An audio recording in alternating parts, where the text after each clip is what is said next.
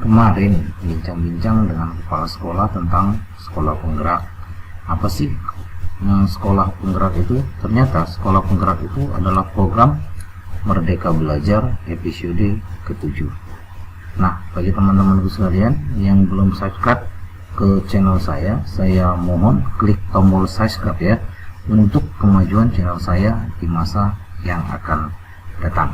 Nah, sekarang kita mari membahas apa sih sekolah penggerak itu dan apa sebenarnya keuntungan bagi sekolah yang mengikuti sekolah penggerak tersebut. Kita ketikkan sekolah penggerak.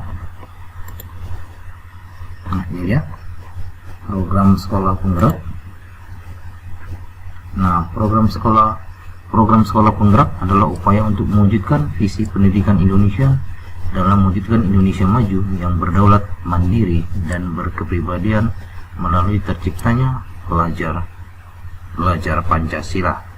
Nah, lokasi program sekolah penggerak di 34 provinsi dan 111 kabupaten kota, terdiri dari 316 jenjang PAUD, 189 SD, 546 SMP, 374 SMA, dan 175 SLB. Jadi totalnya 2.500. Nah, karakteristik program sekolah penggerak.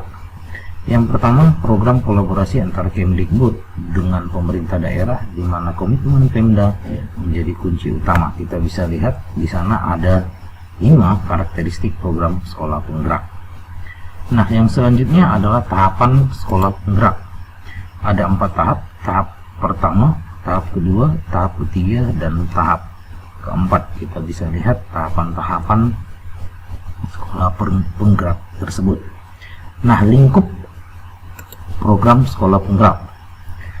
Kolaborasi Kemdikbud dan pemerintah daerah diikuti oleh PAUD, SD, SMP, SMA, SLB, baik negeri maupun swasta. Jadi bukan hanya sekolah negeri saja yang boleh mendaftar di sekolah penggerak ini, akan tetapi semua jenjang dari mulai PAUD sampai dengan SMA atau sekolah menengah atas, baik negeri maupun swasta. Jadi tidak berfokus kepada sekolah negeri saja. Kondisi awal semua tahap baik, tahap 1, tahap 2, tahap 3, dan tahap 4. Nah, durasi programnya itu cukup panjang ya, 3 tahun ajaran ya, durasi program sekolah penggerak tersebut. Yang selanjutnya, nah, intervensi program sekolah penggerak. Yang pertama, pendampingan konsultatif dan asimetris. Yang kedua, penguatan sumber daya manusia di sekolah. Yang ketiga, pembelajaran dengan paradigma baru.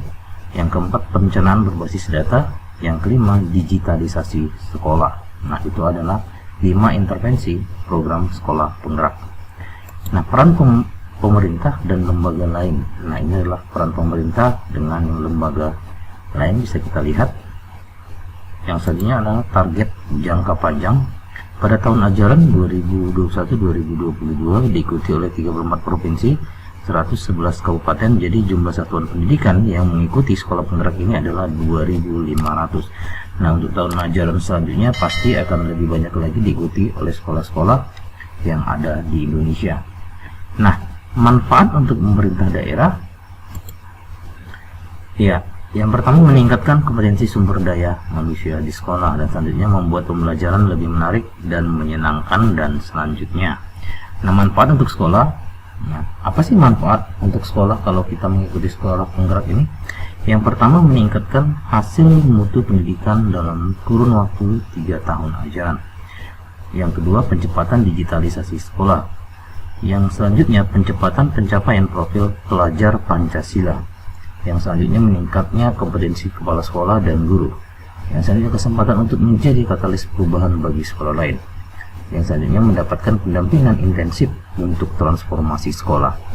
Dan yang terakhir, memperoleh tambahan anggaran untuk pembelian bahan ajar bagi pembelajaran dengan paradigma baru. Jadi kalau kita mengikuti semua tahapan yang ada di sekolah penggerak ini, pastinya kita akan mendapatkan tambahan anggaran untuk pembelian bahan ajar bagi pembelajaran dengan paradigma yang baru. Nah, ini adalah di masa kegiatan tanggal 25 Januari sampai dengan 6 Maret 2021 informasi rekrutmen kepala sekolah dan pelatih ahli program sekolah penggerak. Jadi 1 Februari dan 6 Maret 2021 seleksi 1 pendaftaran, pengisian biodata atau CV, pengisian esai, dan unggah dokumen. Nah, persyaratan peserta,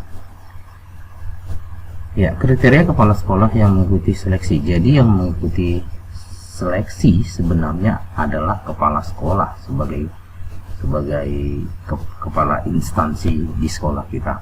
Yang pertama, kriteria umumnya memiliki sisa masa tugas sebagai kepala sekolah kurang-kurangnya 1 kali masa tugas, terdaftar dalam data pokok pendidikan atau Dapodik, dan selanjutnya. Kriteria sosial memiliki tujuan misi, yang kedua mampu mengambil keputusan strategis, mampu memimpin perubahan, memiliki kemampuan melaksanakan pelatihan dan pembimbingan, dan selanjutnya. Nah, sekarang cara mendaftar sekolah menjadi sekolah penggerak itu kita klik pendaftaran. Di sana ada peran sebagai peserta, yaitu kepala sekolah, kita klik. Selanjutnya, nah, langsung masuk ke akun SIM PKB kepala sekolah. Nah, di sana kepala sekolah harus memasukkan akun SIM PKB-nya, ya. Demikianlah pembahasan kita tentang sekolah penggerak. Mudah-mudahan pembahasan kita yang singkat ini boleh bermanfaat bagi kita semua. Nah, sebelum kita mengakhiri video hari ini, kepada teman-temanku sekalian, bagi yang belum subscribe ke channel saya mohon subscribe ya, untuk perkembangan channel saya di masa yang akan datang. Terima kasih atas perhatiannya dan salam sehat untuk kita semua.